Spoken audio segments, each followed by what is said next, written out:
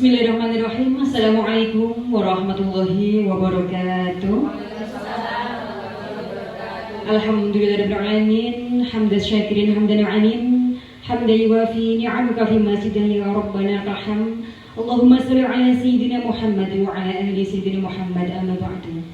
Yang terhormat Kepala TK Dharma Walita 6 Sukorejo Ibu Sarti SPD, yang kami hormati rekan-rekan guru TK Dharma Walita 6 Sukorejo, syukur alhamdulillahirabbil alamin pada kesempatan pagi yang barokah ini kita semua diberikan oleh Allah kenikmatan sehat dan sempat sehingga dapat hadir dalam acara kegiatan diseminasi budaya positif yang akan dipaparkan oleh Ibu Afilia Ayudiana SPD dalam keadaan sehat walafiat tanpa halangan suatu apapun.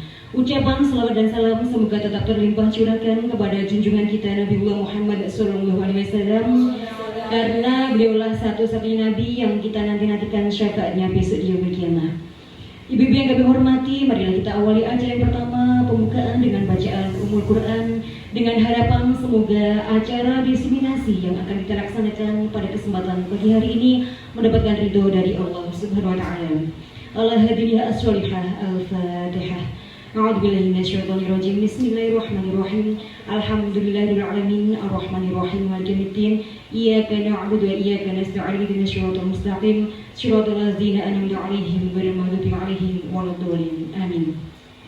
Selanjutnya yaitu sambutan dari Kepala TK Dharma Walita 6 Sukorejo sekaligus membuka acara diseminasi budaya positif pada kesempatan pagi hari ini. Yang terhormat Ibu Sarti SPD, kami persilakan. Warahmatullahi wabarakatuh. Waalaikumsalam warahmatullahi wabarakatuh. Yang terhormat Ibu Siti Maftukah, yang kami hormati Ibu-ibu guru TK Dharma Walita 6 Sukorejo, serta Ibu Afilia Ayudiana yang mempunyai acara ini, CGP Angkatan 11. Pertama-tama marilah kita panjatkan puji syukur kehadirat Allah bahwasanya pada pagi hari ini kita bisa melaksanakan atau menghadiri undangan dari Bu Afilia Ayudiana dalam acara menyebarkan pemahaman dan penerapan pengalaman budaya positif di sekolah TK Dharma Walita 6 Sukorejo dalam keadaan sehat walafiat. Salawat serta salam tidak lupa kami haturkan kepada Nabi besar Muhammad SAW yang selalu menuntun kita pada jalan kebenaran. Baiklah ibu-ibu sekalian, di aksi nyata ini saya sendiri sebagai kepala sekolah juga kurang memahami apakah itu budaya positif dalam diseminasi ini ya Bu ya. Kami hanya ingin berpesan sedikit tentang budaya positif ya Bu ya. Walaupun kita sebagai guru TK di TK Dharma Walita 6 ini sebaiknya kita juga mengetahui apa itu budaya positif dan apa implementasinya dalam penerapan di kegiatan pembelajaran nanti. Semoga ibu-ibu TK Dharma Walita 6 ini bisa menerapkannya secara jelas dan gamblang dan tidak hanya dalam teori saja. Dan ini dalam acara diseminasi ini pada pukul 9 hari apa ini Bu? Hari Senin pukul 9 acara ini dibuka. Sekaligus saya juga mengucapkan selamat kepada Bu Afilia, semoga acara diseminasi ini berjalan dengan lancar.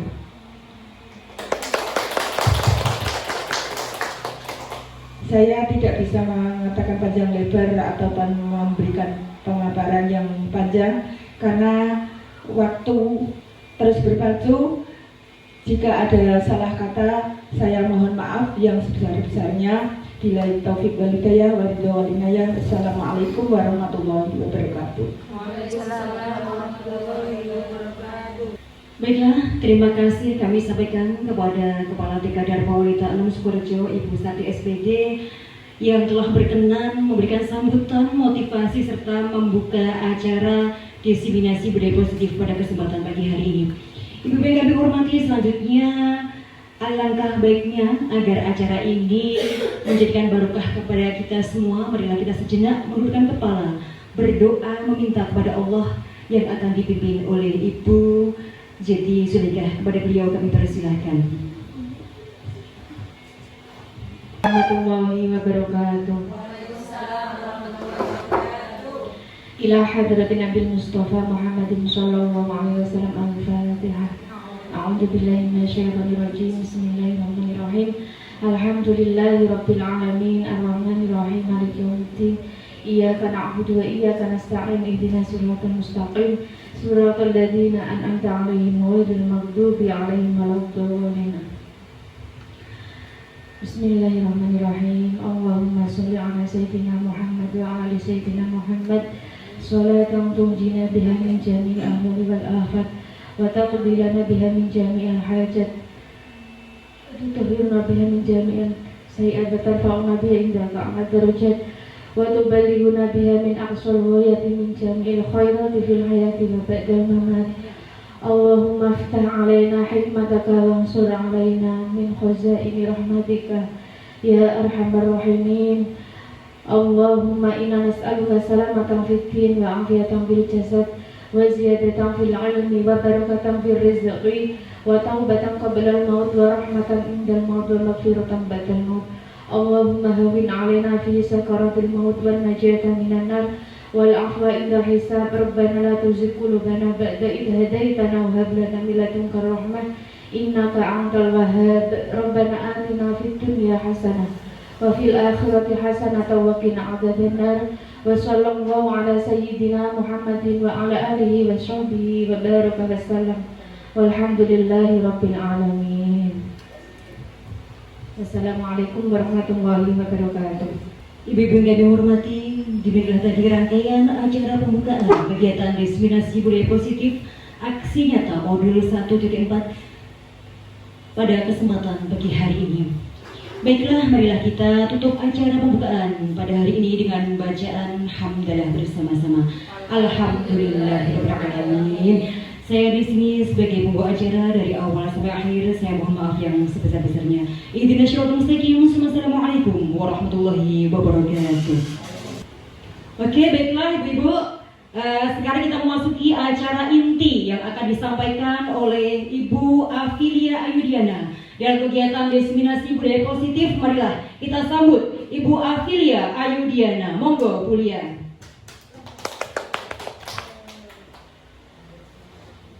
Ibu pembawa acara untuk waktu yang diberikan.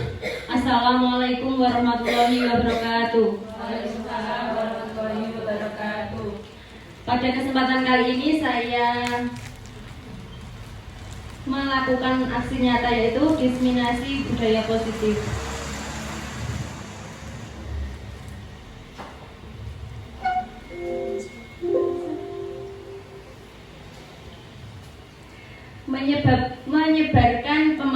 menyebarkan pemahaman dan penerapan pengalaman budaya positif di sekolah.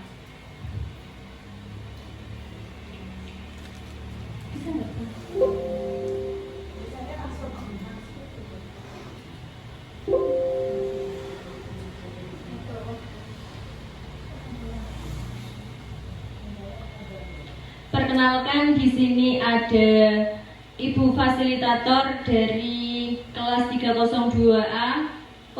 Fasilitator dari kelas 302 yaitu Ibu Dwi Dawatu Solihah. Kemudian yang sebelah sini ada Ibu pengajar praktik yaitu Ibu Nurul Farida Yuliawati, dan saya sendiri Afilia Ayudiana, CGP Angkatan 11.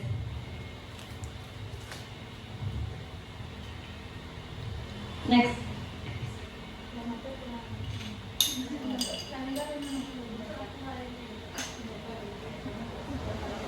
Oke. Nah, sebelumnya kita ice breaking dulu ya Ibu-ibu. Clue-nya, Ibu-ibu tahu clue? Tahu. Nah, clue-nya lihat dan dengarkan. lihat dan dengarkan. Cluenya apa ibu-ibu? Lihat dan dengarkan. Pakai mic nggak ya ini? Cluenya lihat dan dengarkan. Berapa kali saya tepuk? Ulangi. Ulangi lagi. Belum konsentrasi. Cluenya lihat dan dengarkan. Berapa kali saya tepuk tangan? 3 betul. Ulangi lagi ya ibu-ibu. Cluenya apa tadi? Lihat dan dengarkan. Cluenya lihat dan dengarkan. Berapa kali saya tepuk? 4 betul sekali. Sekali lagi ya. Cluenya lihat dan dengarkan. Berapa kali saya tepuk? 4, 5. Bukan? Kurang betul? Kurang betul? 6. Kurang betul? Berarti gak didengarkan, Bu. Cluenya lihat dan dengarkan.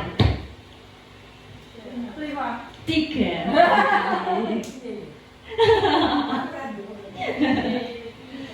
Oke. Perlu saya jelaskan? Ya. Cluenya lihat dan dengarkan. Ketika saya bilang lihat dan dengarkan, saya kan sudah tepuk. Nah itu yang dihitung. Lihat dan dengarkan. Kan selebihnya itu nggak usah dihitung. Lihat dan dengarkan. Berapa berarti? 3. Nah, seperti itu. Paham? Dengarkan itu gini-gini Kan ini sebenarnya Kalau nggak usah dihitung. katanya Iya, hanya lihat dan dengarkan. Itu saja yang dihitung. Terima kasih.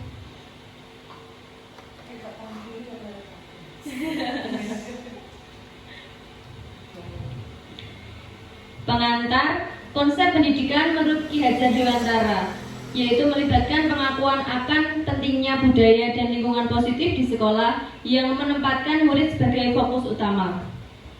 Dalam konsep Ki Hajar Dewantara, pendidikan bukan hanya tentang transfer pengetahuan, tetapi juga mencakup pembentukan karakter dan pengembangan potensi setiap murid.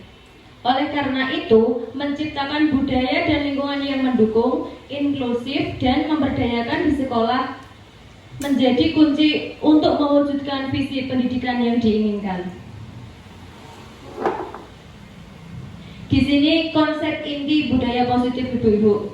Yang pertama, perubahan paradigma belajar. Yang kedua, disiplin positif. Yang ketiga, nilai-nilai kebajikan. Yang keempat, kebutuhan dasar manusia. Yang kelima, motivasi perilaku manusia. Yang keenam, posisi kontrol guru. Yang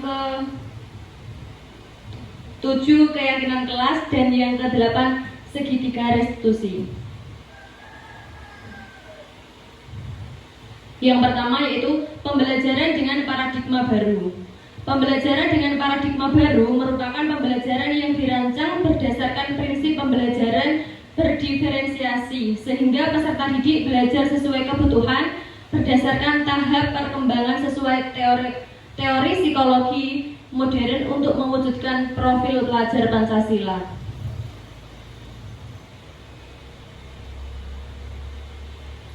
Nah, ini miskonsepsi tentang teori kontrol.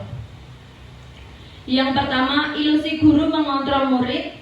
Yang kedua, ilusi bahwa semua penguatan positif, efektif, dan bermanfaat.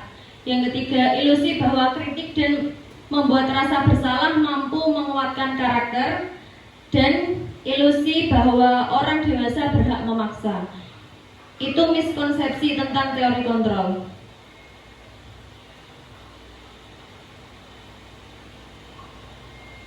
Nah, bisakah kita mengontrol seseorang? Bagaimana menurut ibu-ibu? Bisakah kita mengontrol seseorang? Gimana ya? Ya ada yang bisa, ya ada yang enggak. Tergantung. Nah, di sini kita mencoba mengubah orang agar berpandangan sama dengan kita. Sebenarnya kita tidak bisa mengontrol orang lain, tapi kita sendiri yang bisa mengontrol diri kita sendiri. Nah, ini pandangannya, kita berusaha memahami pandangan orang lain tentang lengkap. Yang kedua, perilaku buruk sebagai suatu kesalahan. Semua perilaku memiliki tujuan. Orang lain bisa mengontrol saya, hanya Anda yang bisa mengontrol diri Anda. Berarti kita tidak bisa mengontrol orang lain, tetapi Anda sendiri yang bisa mengontrol diri Anda sendiri. Nah, ini saya bisa mengontrol orang lain. Yang betul, Anda tidak bisa mengontrol orang lain. Pemaksaan ada pada saat tujuan gagal. Kolaborasi dan konsekuensi menciptakan pilihan baru.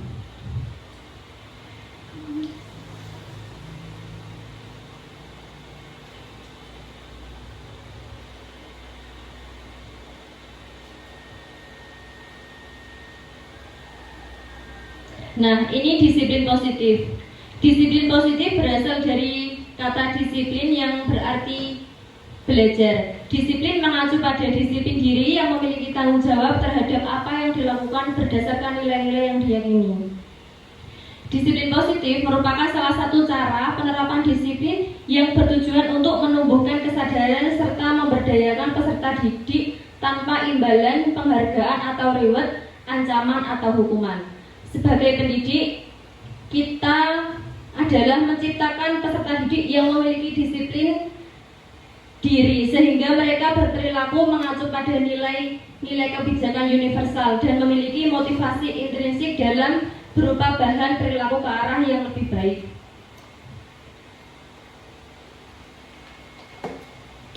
Ini merupakan nilai-nilai kebijakan universal. Nilai-nilai kebijakan universal adalah sifat-sifat positif manusia yang merupakan tujuan mulia yang ingin dicapai setiap individu.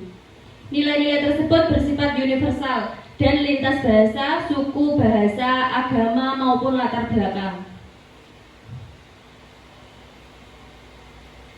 Ini nilai universal menurut Diana Gosen 1998. Mengemukakan bahwa dengan mengaitkan nilai-nilai kebijakan yang diyakini seseorang, maka motivasi intrinsiknya akan terbangun sehingga menggerakkan motivasi dari dalam untuk mencapai tujuan yang mulia. Nilai-nilai kebijakan universal. Nilai-nilai kebijakan yang ingin dicapai oleh setiap anak Indonesia kita kenal dengan profil pelajar Pancasila. Sudah tidak asing lagi ya ibu-ibu dengan profil pelajar Pancasila.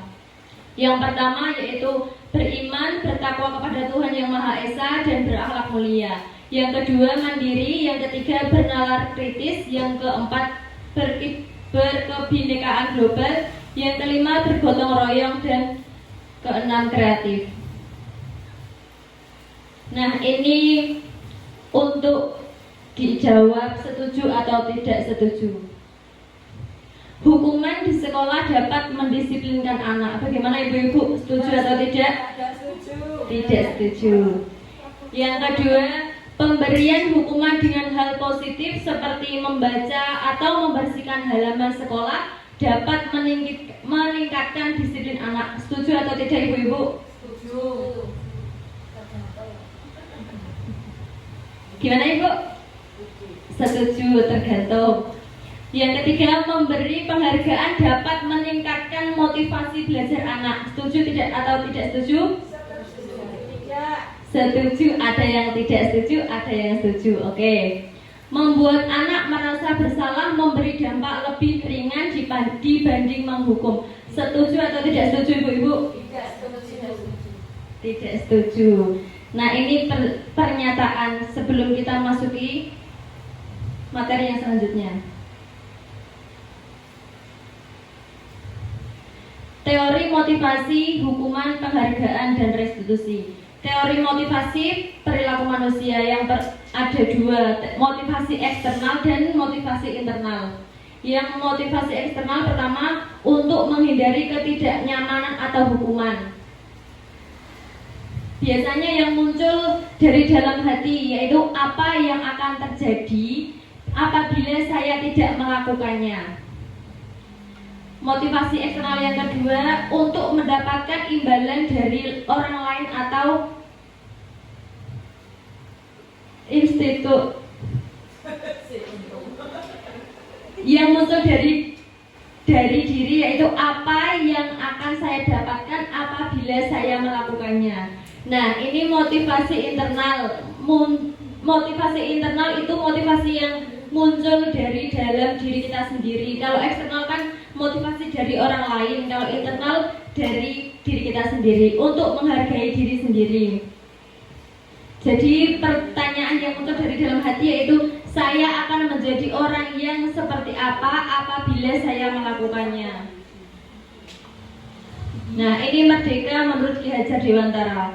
Merdeka itu artinya tidak lepas dari perintah, akan tetapi juga cakap buat memerintah diri sendiri. Ki Hajar Dewantara. Nah, selanjutnya dihukum oleh penghargaan. Saat kita berulang kali menjanjikan hadiah kepada anak-anak agar berperilaku bertanggung jawab, atau kepada seorang murid agar mempelajari sesuatu yang baru, atau kepada seorang karyawan agar melakukan pekerjaan yang berkualitas, kita sedang berasumsi mereka tidak dapat melakukannya atau mereka tidak akan memilih untuk melakukannya. Alfikon. Nah, ini Alfikon juga mengemukakan pendapatnya yang sesuai dengan apa yang sudah ketahui. Pengaruh dihukum oleh penghargaan, pengaruh jangka pendek dan jangka panjang. Maksudnya ini, jika kita memberi penghargaan itu sama dengan dihukum ya Ibu. Pengaruh jangka pendek dan jangka panjang. Penghargaan sama dengan menghukum, penghargaan sama dengan mengurangi ketepatan, penghargaan itu tidak efektif, penghargaan merusak hubungan, penghargaan menurunkan kualitas, penghargaan mematikan kreativitas, penghargaan mengurangi motivasi intrinsik. Nah, di sini ada beberapa pernyataan. Mohon dijawab ya Ibu. Mencatat 100 kali di dalam buku kalimat saya tidak akan terlambat lagi karena terlambat ke sekolah. Termasuk hukuman atau konsekuensi Ibu? Hukuman. Oke, betul. Lari mengelilingi tes kedua kali karena terlambat hadir di sekolah. Hukuman atau konsekuensi Ibu? Betul, hukuman. Yang ketiga, murid diminta untuk push up 15 kali karena tidak menggunakan masker di sekolah. Hukuman atau konsekuensi? Hukuman. Menggantikan kertas tugas teman yang telah dicoret-coret. Hukuman atau konsekuensi? Betul. Membersihkan tumpahan air di meja tulis karena tersenggol pada saat belajar. Hukuman atau konsekuensi? Konsekuensi. Selanjutnya, meminta murid tidak mengenakan sepatu seharian di sekolah karena tidak menggunakan sepatu hitam. Hukuman atau konsekuensi? Hukuman. Lari mengelilingi lapangan basket 2 kali karena terlambat 10 menit untuk pelajaran PJOK. Hukuman atau konsekuensi? Konsekuensi. Tepuk tangan.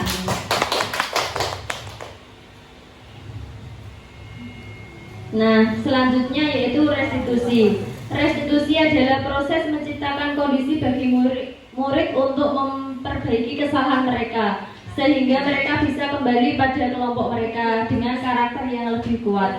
Gosen 2004. Restitusi juga proses kolaboratif yang mengajarkan murid untuk mencari solusi untuk masalah dan membantu murid berpikir tentang orang seperti apa yang mereka inginkan dan bagaimana mereka harus memperlakukan orang lain.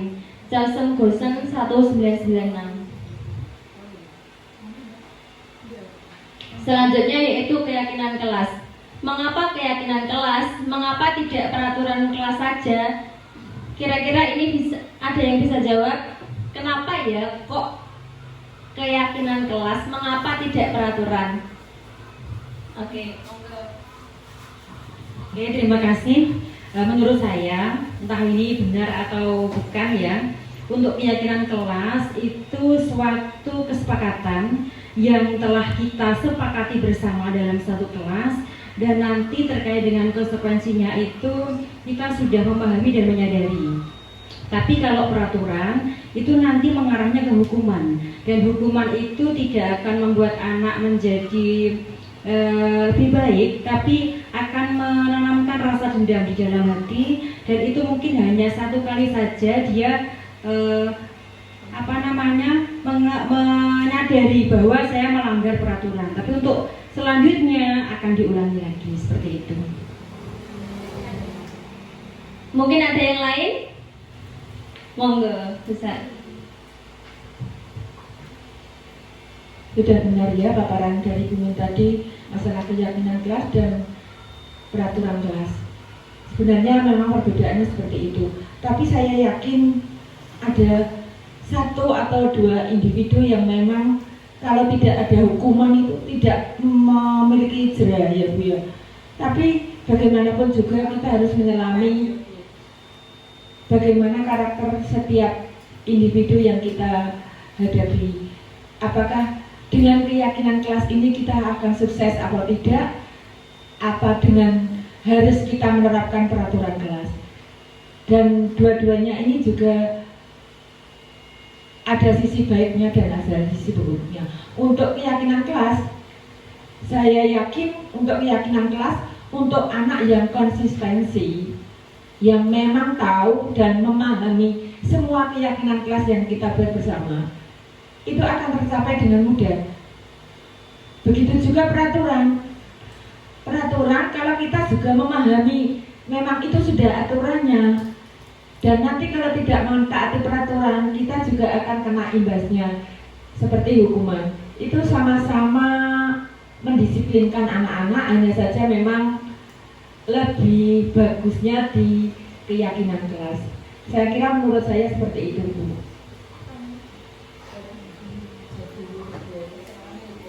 Terima kasih Bu Sarti dan Bu Min, mohon tepuk tangannya.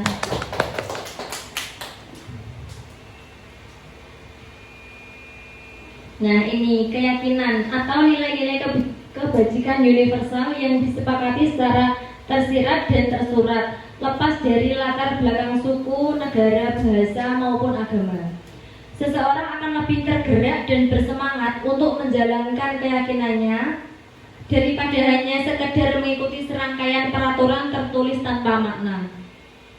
Murid-murid pun demikian. Mereka perlu mendengarkan dan memahami arti sesungguhnya tentang peraturan-peraturan yang diberikan. Apa nilai-nilai kebajikan di balik peraturan tersebut? Apa tujuan utamanya? Dan menjadi tidak tertarik atau takut sehingga hanya sekedar mengikuti serangkaian peraturan-peraturan yang mengatur mereka tanpa memahami tujuan mulianya. Nah, kalau peraturan kan itu biasanya hanya ditakuti. Biasanya hanya mungkin hari ini mereka mengikuti, tapi besoknya lagi sudah kembali lagi seperti kemarin. Nah, kalau keyakinan kan keluar dari dirinya mereka sendiri. Jadi mungkin lebih taat, lebih memahami apa itu keyakinan. Nah, ini pembentukan keyakinan kelas, yaitu bersifat abstrak, berupa pernyataan universal, dibuat dalam pernyataan positif, sedikit agar mudah diingat, sesuai dengan kondisi kelas dan sekolah sehingga mudah diterapkan. Semua warga kelas atau sekolah terlibat dalam pembuatan keyakinan sekolah atau kelas. Di sini saya menerapkan keyakinan kelas, membuat keyakinan kelas bersama murid-murid saya.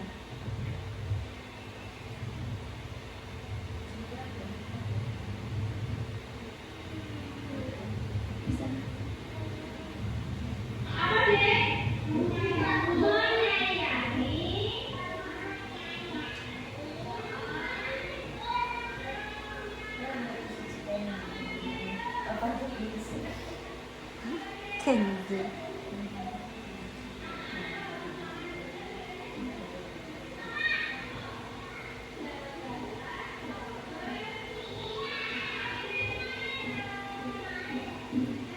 sini saya memancing anak-anak untuk mengungkapkan pendapatnya sehingga mereka bisa memahami apa yang menjadi keyakinan kelas tersebut.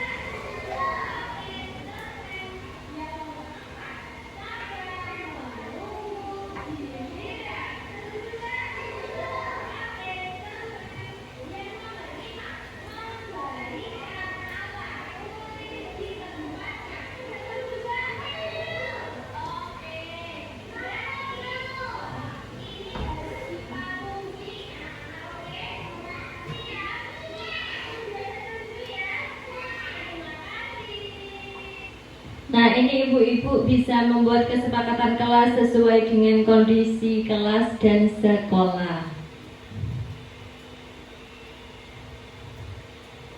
Selanjutnya, kebutuhan dasar manusia. Kebutuhan dasar manusia adalah segala sesuatu yang kita lakukan untuk mendapatkan apa yang kita inginkan. Seluruh tindakan yang kita lakukan memiliki tujuan tertentu.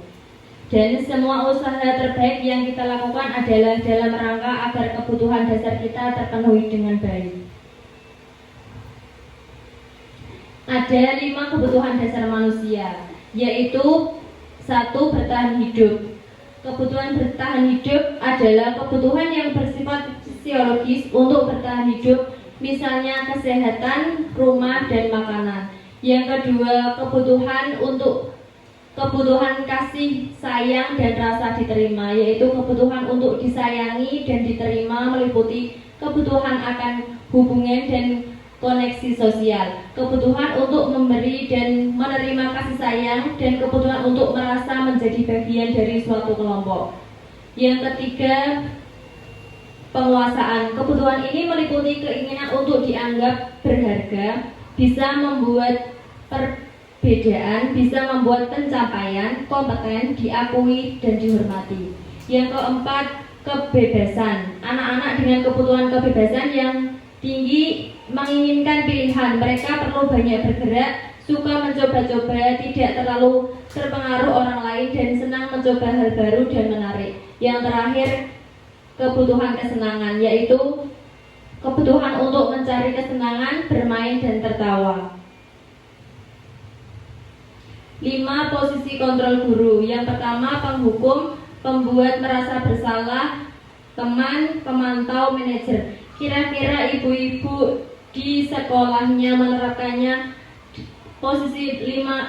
dalam 5 posisi kontrol guru ini, ibu-ibu menerapkannya yang mana? Monggo bisa disampaikan.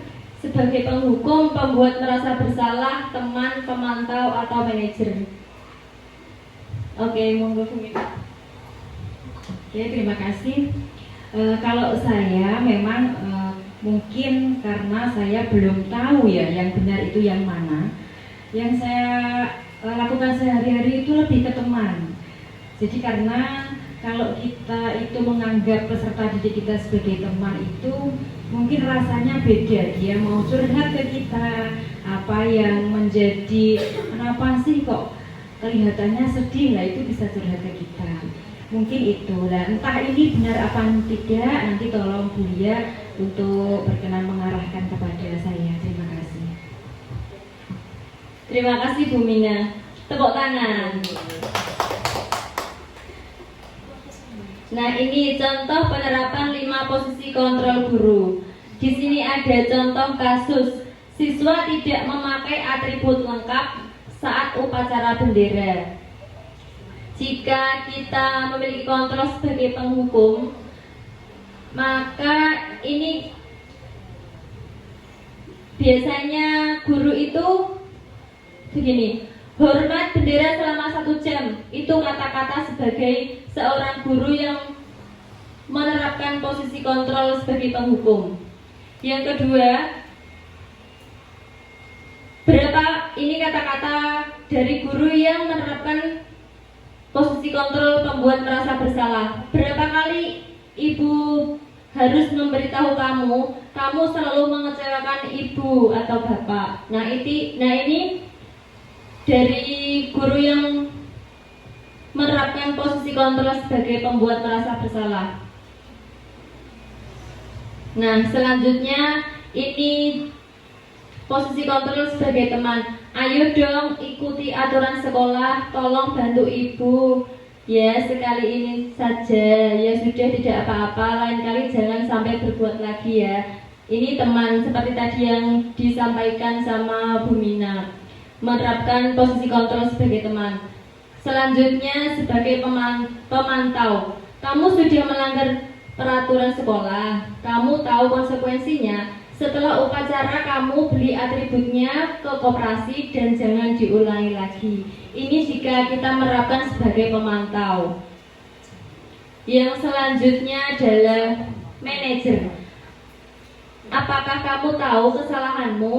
Kira-kira bagaimana kamu memperbaiki kesalahanmu? Nah, ibu-ibu, sebenarnya posisi kontrol yang seharusnya kita terapkan sebagai guru yaitu yang manajer ya ibu-ibu. Karena di sini kita mengembalikan, kita bertanya kepada mereka. Setiap anak-anak biasanya melakukan pelanggaran itu mesti memiliki penyebabnya. Kenapa mereka melakukan itu? Nah, kita bisa menanyakan itu, kemudian mungkin dari dalam diri mereka bisa muncul, kenapa saya melakukan itu, alasannya apa, dan dari situ mungkin mereka akan bisa memperbaiki kesalahannya. Nah, di sini coba nanti bisa dijawab ya ibu-ibu. Saya kecewa sekali dengan kamu. Siapa ini yang mengatakan sebagai 5 posisi kontrol guru tersebut? Membuat orang merasa bersalah. Pembuat. Oke, betul. Yang kedua, kamu tidak pernah benar melakukannya. Penghukum. Betul. Yang ketiga, ayolah lakukan demi ibu atau bapak sebagai teman. Apakah kamu mau mendapatkan stiker bintang hari ini? Pemantau. Selanjutnya, bagaimana kamu bisa menyelesaikan masalah? Manajer. Kamu selalu yang terakhir? Penghukum. Tepuk tangan buat ibu-ibu.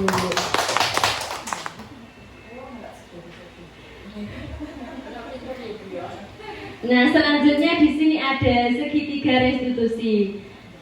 Segitiga restitusi adalah suatu proses dialog yang dijalankan oleh guru agar dapat menghasilkan murid yang mandiri dan tanggung jawab. Di sini ada 3, yaitu yang pertama kita menstabilkan identitas. berdasarkan prinsip membuat kesalahan adalah bagian dari proses pembelajaran. Ketika ada kasus, yang pertama kita harus menstabilkan identitas terlebih dahulu, yaitu kita berbicara kepada anak, berbuat salah itu tidak apa-apa. Nah, itu contoh salah satunya. Terus tidak ada manusia yang sempurna. Saya juga pernah melakukan kesalahan seperti itu. Kita bisa menyelesaikan hari ini. Nah, ini juga bisa. Bapak atau ibu tidak tertarik mencari siapa yang salah, tapi bapak atau ibu ingin mencari solusi dari permasalahan ini. Kemudian kamu berhak merasa begitu. Lagi, apakah kamu sedang menjadi teman yang baik buat dirimu sendiri? Ini pertanyaan yang dapat kita sampaikan kepada anak ketika kita menstabilkan identitas. Yang kedua yang kita lakukan yaitu selanjutnya setelah menstabilkan identitas, kita menanyakan keyakinan. Berdasarkan prinsip teori kontrol bahwa pada dasarnya kita termotivasi secara intrinsik dengan pertanyaan, padahal kamu bisa melakukan yang lebih baik, lebih buruk dari saya. Kamu pasti punya alasan mengapa melakukan itu. Kamu patut bangga pada dirimu sendiri karena kamu telah melindungi sesuatu yang penting buatmu. Kamu boleh mempertahankan sikap itu, tapi kamu harus menambahkan sikap yang baru. Selanjutnya,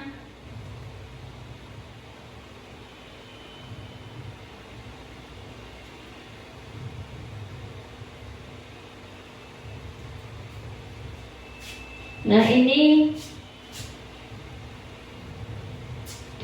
DKD. Yang kedua yaitu kita melakukan validasi tindakan yang salah.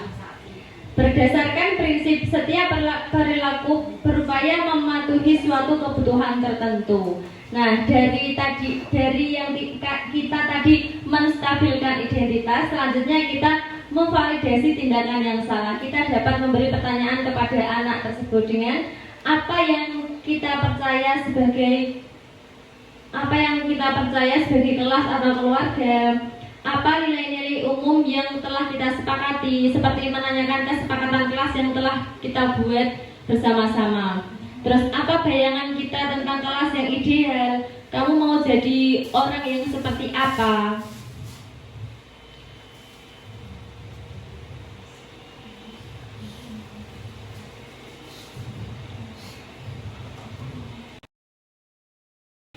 Kelewatan satu Bu.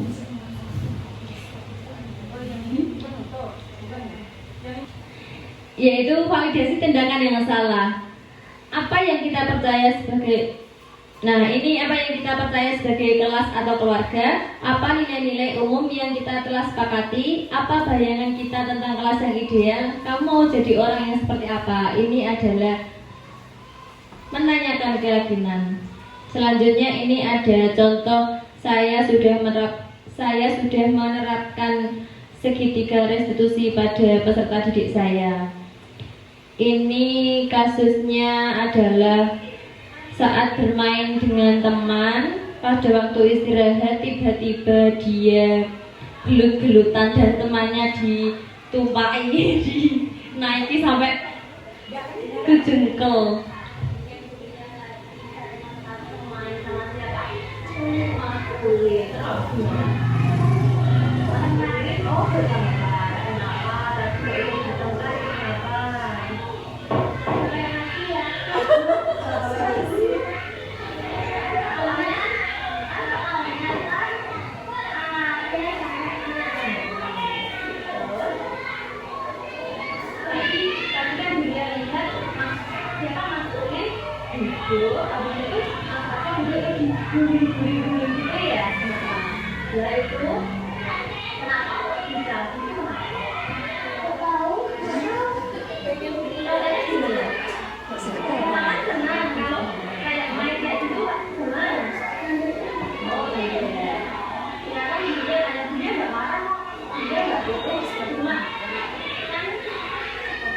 Nanti kalau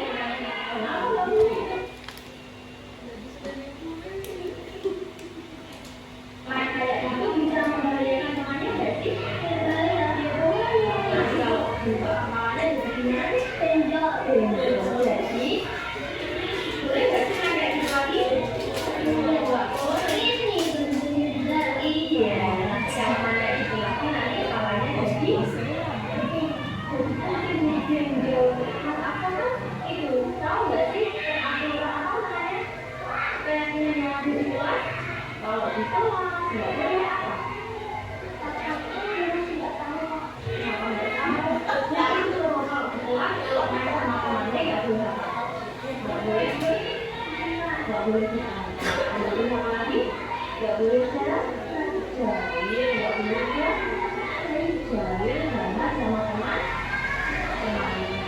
kira-kira diulangi lagi nggak ya hanya kayak gitu? Ya, bisa diulang lagi nggak ya?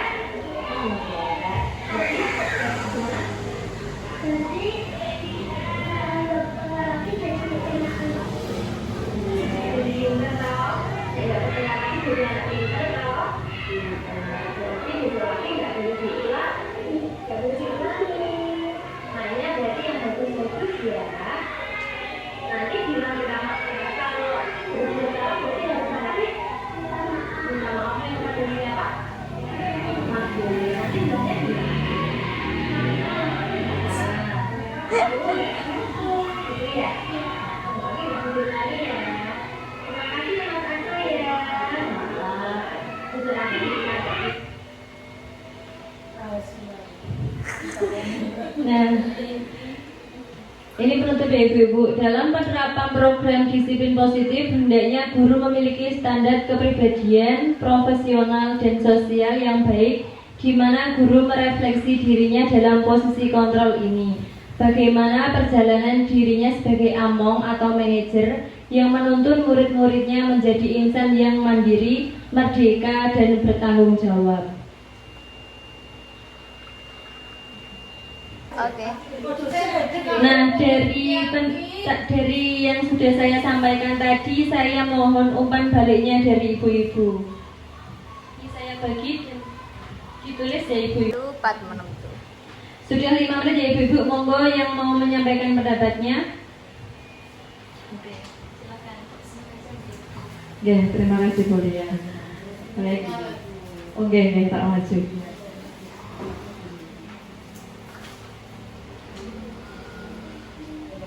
Ya.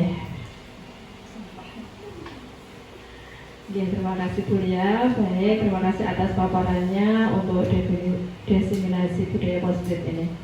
Umpan balik saya tentang diseminasi budaya positif ini yaitu satu dari paparan yang disampaikan sebelumnya saya berpikir tentang budaya positif adalah disiplin positif adalah aturan yang harus ditaati, kalau melanggar akan mendapat hukuman.